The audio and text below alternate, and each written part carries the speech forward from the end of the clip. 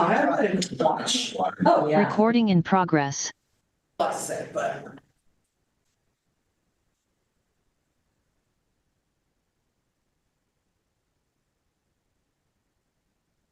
Meeting of the Rio Dell City Council to order. Roll call, please. Mayor Barnes. Here. Mayor Pro Tem Carter. Here. Councilmember Orr. Here. Councilmember Wilson. Here. Councilmember Woodall. Here. Please stand for the pledge of allegiance. I pledge allegiance to the flag of the United States of America and to the republic for which it stands, one nation, under God, indivisible, with liberty and justice for all.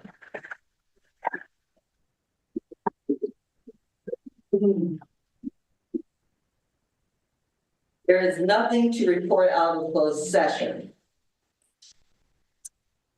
Now we will go on to public presentations. This is the time for persons who wish to address the council and over which address the council on any matter not on this agenda and over which the council has jurisdiction. As such, a dialogue with the council or staff is not allowed under the Ralph M. Brown Act. Items requiring council action not listed on this agenda may be placed on the next regular agenda for consideration if the council directs, unless a finding is made by at least 2/3 of the council that the item came up after the agenda was posted and is of an urgency nature requiring immediate action. Please limit comments to a maximum of 3 minutes. Anything? Nothing? How you see now? Any hands raised? Then we will close public presentations and move to the consent calendar. Is there any item on the consent calendar that needs to be pulled? I'd like to pull 2. Okay, item 2. And okay, I'm gonna pull item 4 just so I can make a comment. So is there anyone else? Then I will ask for a motion to approve items 1, 3, and 5. So moved. We have a motion. Is there a second? Second. We have a motion and a second. Please vote.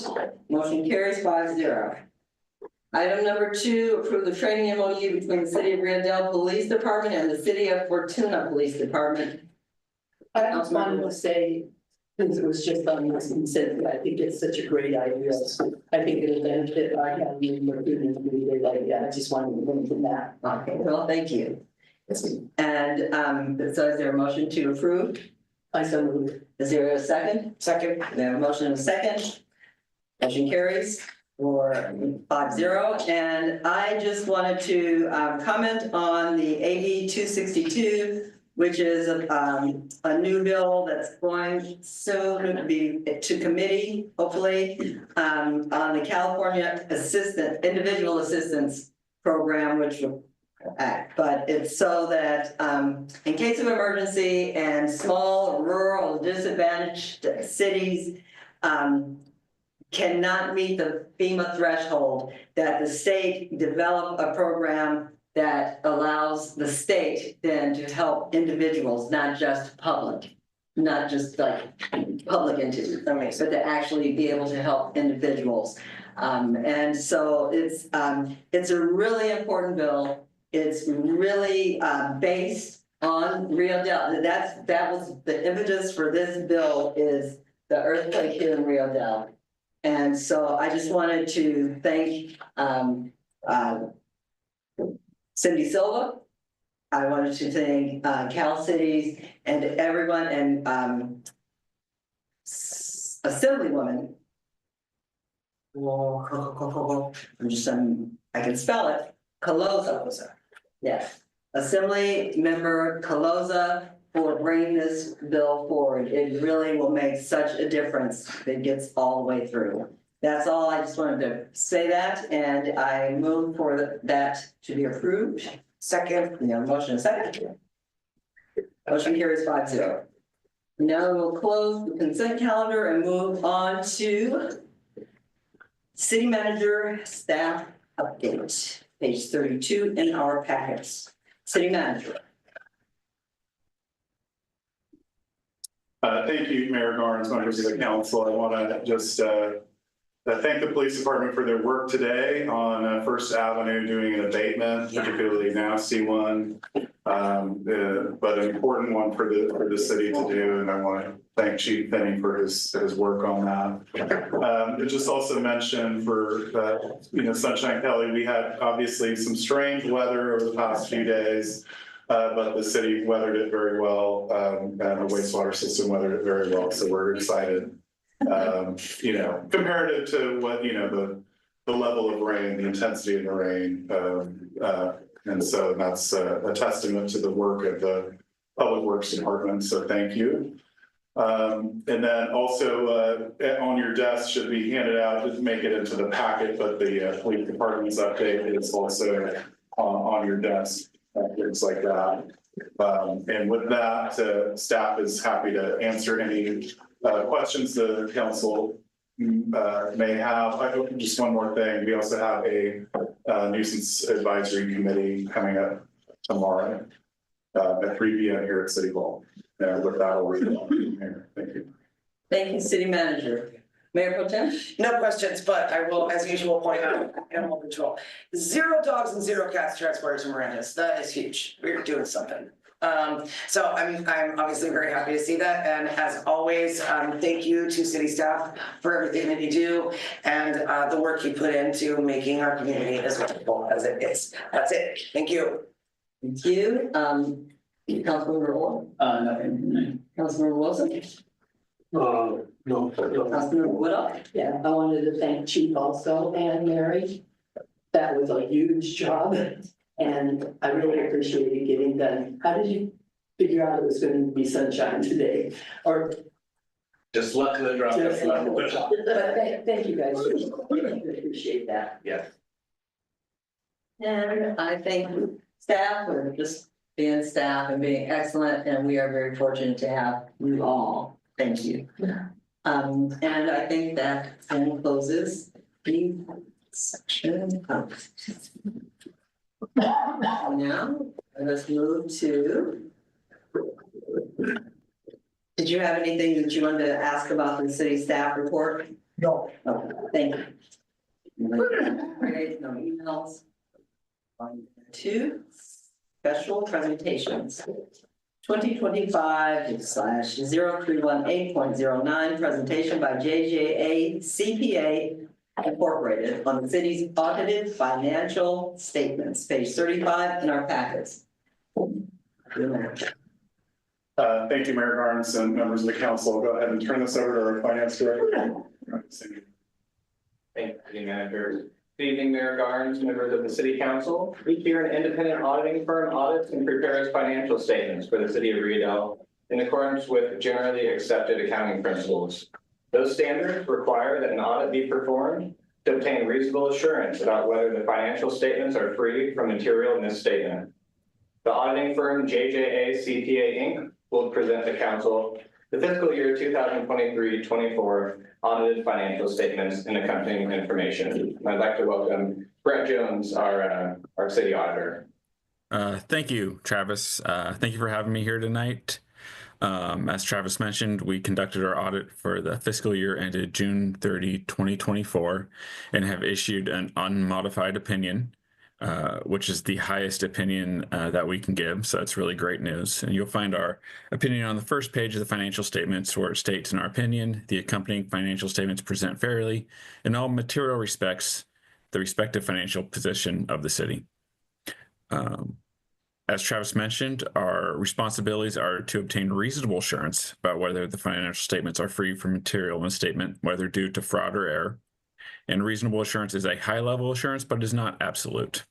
In performing an audit in accordance with generally accepted auditing standards, we exercise professional judgment and maintain professional skepticism. So that is to say, we are independent of the city. We don't perform any management functions or make any management decisions. Additionally, we identify and assess the risk of misstatement and perform procedures to address those risks.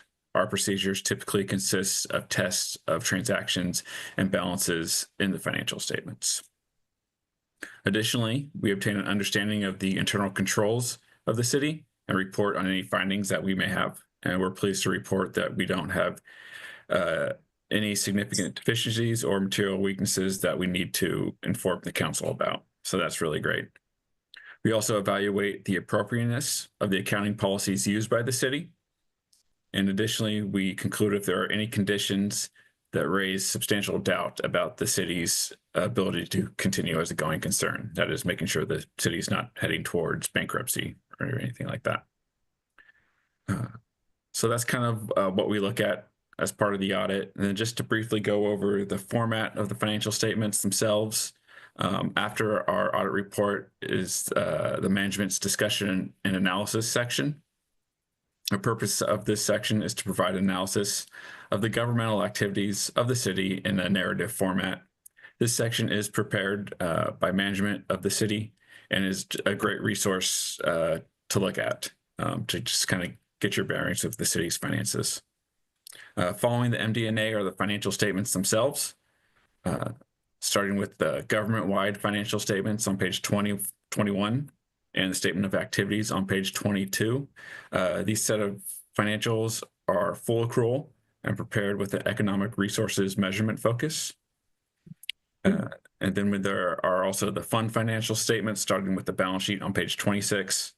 Those statements are prepared under a modified accrual basis with a current resources measurement focus. After the financial statements are the notes. They provide additional information about the city's policies and financial disclosures. And then at the very back of the report, we have our report on internal controls. So if we had any findings or any reportable items in the city's internal controls, they would be in this report at the very end. And as I mentioned, there's nothing there.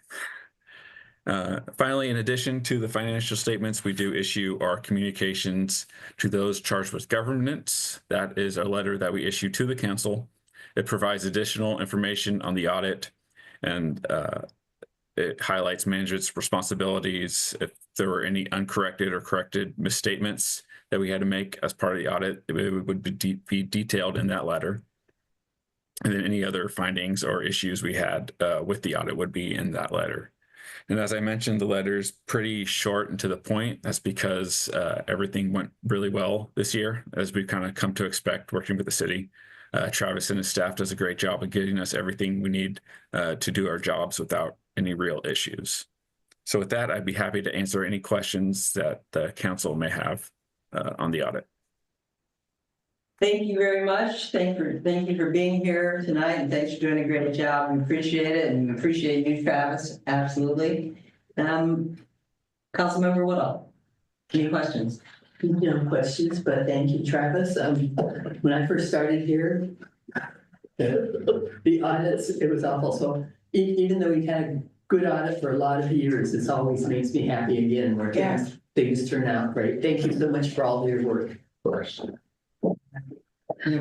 I'll reiterate the thank yous and say that I wasn't here when the audits were bad, but every time I go to a read meeting and say we had a good audit, the people who've been there a while go, oh my God, thank goodness. So thank you for everybody who contributes to that.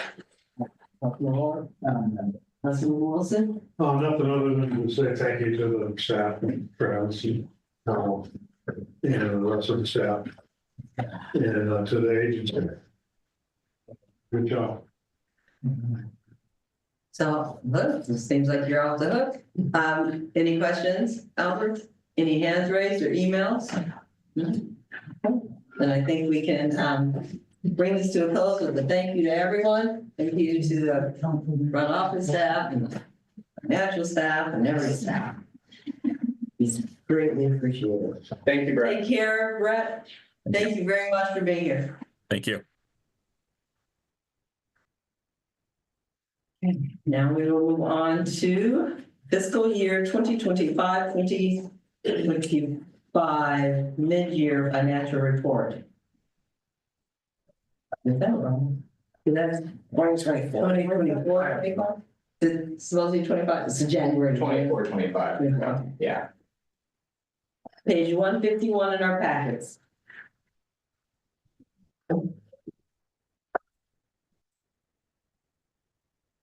City managers?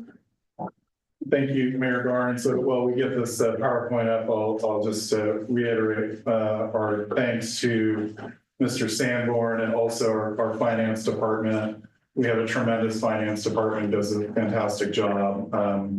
And really always look forward to these reports. These are important reports. They're boring reports for the public, but these are really fundamental to get your audit reports, to get your mid-year financials, your quarterly reports, just to gauge kind of where the city is at, periodically touching and based on, factual information. So again, thank you for everybody's attention on these matters, and I will go ahead and turn it over to Travis Sanborn, our finance director. Thank you, City Manager.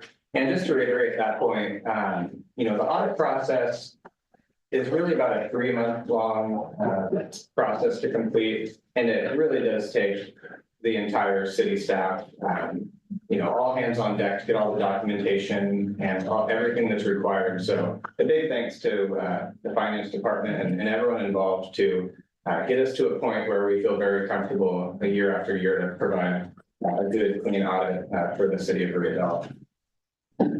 So good evening again, Mayor Garnes and members of the City Council. Tonight, I'm presenting the mid-year financial report for fiscal year 2024-2025, providing an overview of the city's financial performance as of December 31st, 2024. This report summarizes revenues and expenditures for the first half of the fiscal year, highlighting key variances from the adjusted budget, and offers insight into financial trends that may impact the city in the coming years. It is important to note that this analysis is based on unaudited financials. The city's finances are managed through 3 primary fund types: the general fund, which serves as the city's main operating fund; the enterprise funds, which include water and sewer services and are designed to be self-sustaining; and the special revenue funds, which are designated for specific uses such as streets and grant-funded projects. At the mid-year point, the city's expenditures exceeded revenues by approximately $800,000. This shortfall is primarily due to the timing of revenue receipts from other governmental agencies, as well as pending reimbursements for grant-funded projects, including things like the Eel River Trail project and the water distribution system capital improvement project. When focusing on the general fund specifically, expenditures exceeded revenues by approximately $152,000. Largely because property tax and vehicle license fee revenues from the County of Humboldt are received later in the fiscal year. A review of departmental spending shows that most departments are operating within budget expectations. As of December 31st, the city has spent 45% of its total operating budget. The majority of the departments remained at or below 50% of their budgeted expenditures at the mid-year mark, which indicates a balanced approach to spending. You can move one more slide. Looking at the city's revenue performance, general fund revenues stood at 22% of the budgeted amount by mid-year, compared to 29% at the same time last year. The primary reason for this decline is the delayed receipt of property tax in lieu of vehicle license fee revenues, which are traditionally received, as mentioned earlier, in the second half of the fiscal year. Cannabis tax revenues reached 28% of the budget at mid-year, which was slightly lower than anticipated. However, this is largely due to Ordinance 397-2023, which provides cultivators in the Dinsmore Plateau Zone options to make a one-time tax payment on March 15th of the following year, instead of quarterly payments throughout the fiscal year as previously done. The street fund received 41% of its budgeted revenues at mid-year, while actual expenditures for street-related projects were at 40%. The city has not expended any streets fund for budgeted capital projects approved for the current fiscal year. The sewer enterprise fund performed well, with revenues reaching 63% of budget, while expenditures stood at 44%. A significant increase in the sewer capital revenues, as displayed, was driven by long-awaited reimbursements from Cal OES for earthquake-related infrastructure damage. The city's $6.6 million wastewater treatment loan with the California Water Board remains on schedule for full payment by 2043. Similarly, the water enterprise funds received 56% of its budgeted revenues by the mid-year, with 41% of its budgeted expenditures recorded. The city's $2.7 million water plant loan with the California State Water Board is expected to be fully repaid in 2029, so just a few short years away. While the city's budget remains on track overall, several key challenges may impact future financial planning. The Master Earthquake Recovery Project list currently has an estimated total cost of nearly $36 million. If no additional reimbursements are granted, the city's required 25% cost share match will be just under $9 million, representing a significant fiscal commitment. Another ongoing challenge is the volatility of the cannabis market, which continues to create financial uncertainty for both local governments and industry producers. Although the market has faced recent setbacks, the city remains confident in its long-term viability and its continued impact on the local economy. A third financial consideration is the growing strain on the streets infrastructure funding. Although electric vehicle owners do pay fees intended to offset declining tax revenues, the state's funding formulas remain inadequate to replace those losses. The Legislative Analysis Office projects a $6 billion decline in gas tax revenues over the next decade, which will likely result in reduced state transportation funding for local governments. As a result, the city may need to allocate a greater share of general fund resources to cover street maintenance and improvement projects in the future. In summary, the city's financial position remains stable, with revenues and expenditures largely aligning with budget expectations.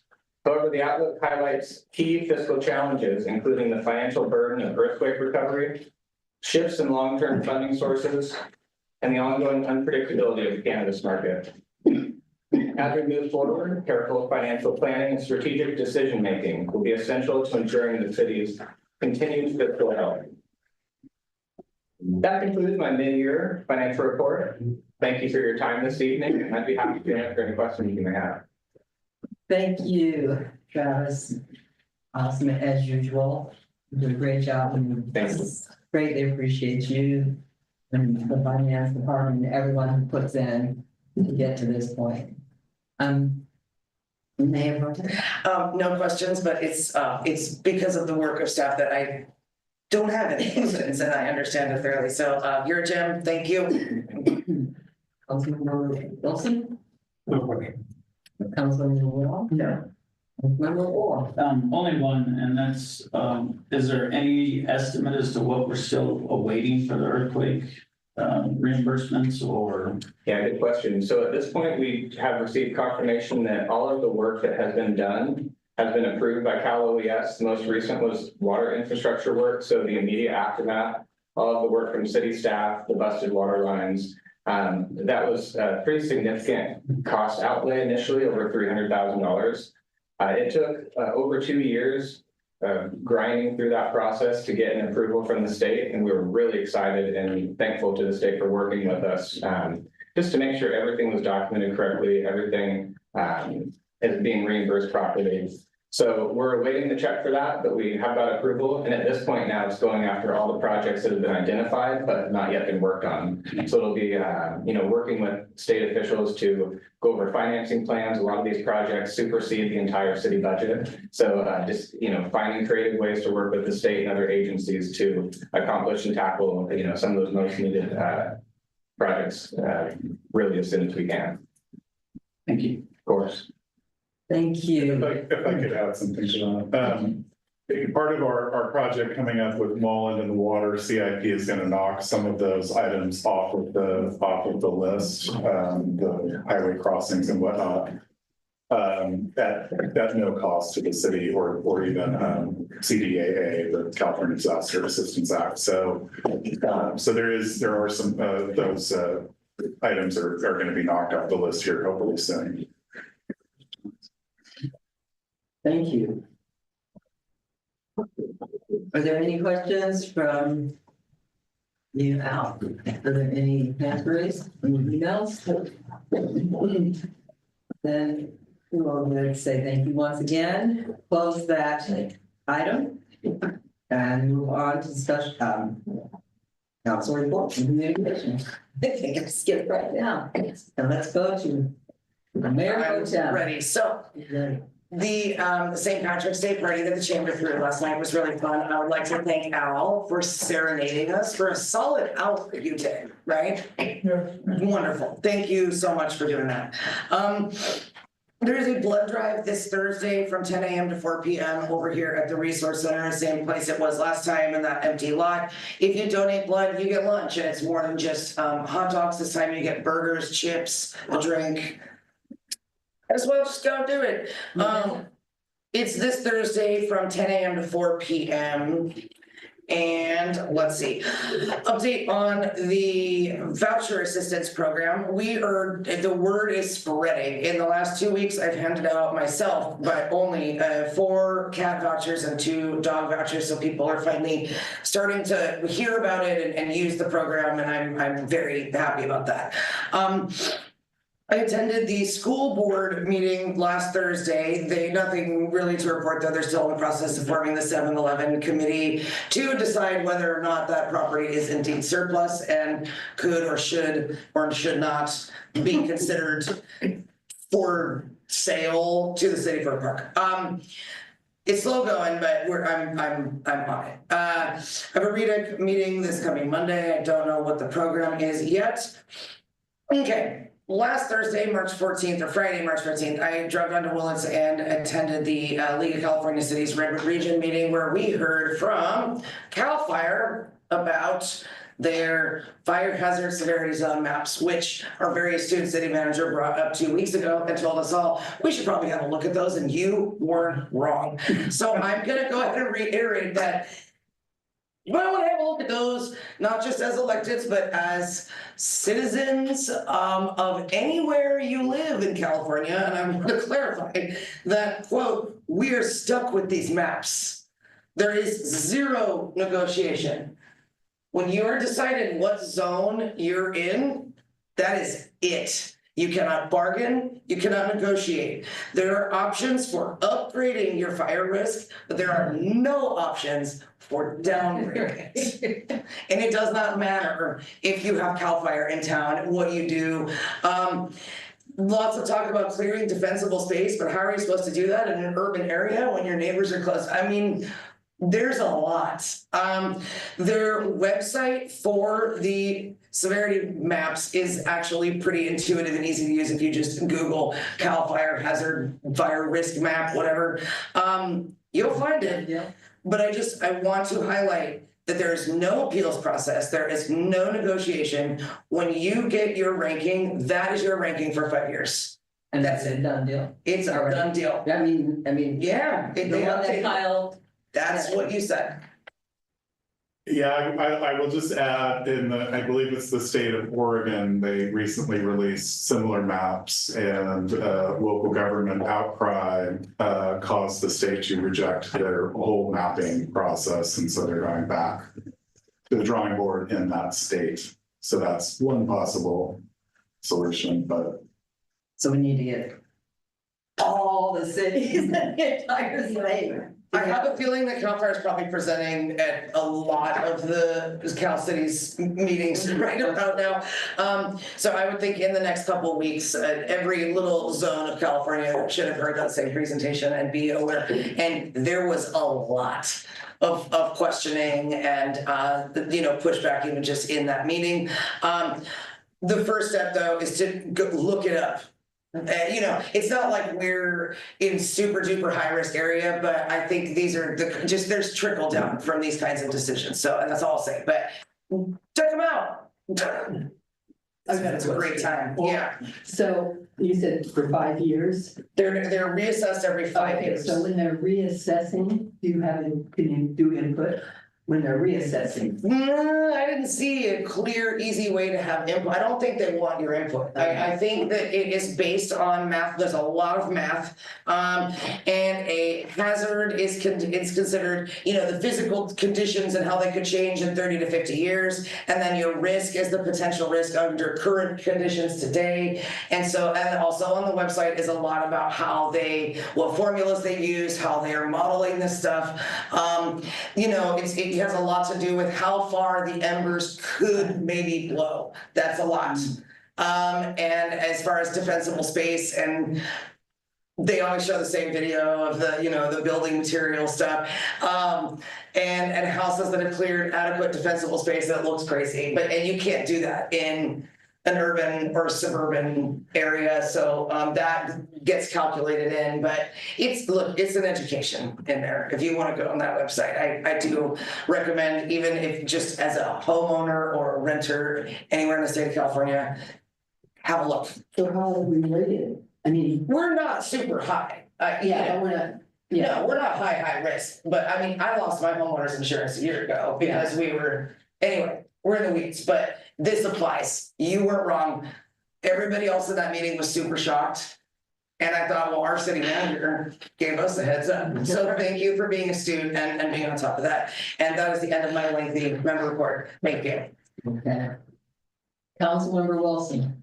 I was just gonna ask, Councilwoman Carter, and I think you answered it, that this isn't greatly affecting us in a negative way to Rio Dell at this point. I mean, there's so much potential and so much like would be, could be, maybe, we don't know. But I would say, as far as like how much are insurance companies using these hazard maps, I mean, it already happens to me personally, I got the letter saying, you're in a fire hazard zone, we're canceling you. So no, we're not rated super duper high as far as like the rest of the state goes, but I would say we're rated maybe a little higher than what I would think just based on the bioregion, but it has everything to do with if the wind is blowing 100 miles an hour, an ember could conceivably get to Rio Dell. Alaska. Yeah, from Alaska. Good. That's it, Councilmember Wilson? I haven't, Okay. no, I, other than I have the regular meetings, but that's. Councilmember Woodall? nothing much. I'm going to CERT meeting tomorrow night. And I also went to the Firemen's Board of Directors meeting, which Amanda went for the beginning, I stayed for the end. And also you mentioned the nuisance abatement committee meeting tomorrow at 3:00 here.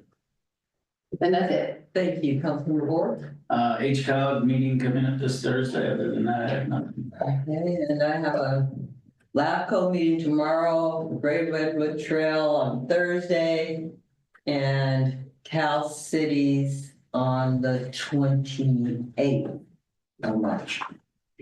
And I think that's all. Thank you, Mal, for last night. And We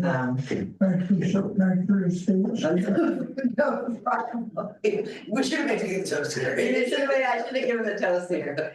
But anyway, thank you everybody for everything. If there's nothing else, I will ask for a motion to adjourn. So moved. A motion, is there a second? Second. Meeting adjourned until April 1st. 2025. Is there really a meeting? We don't know.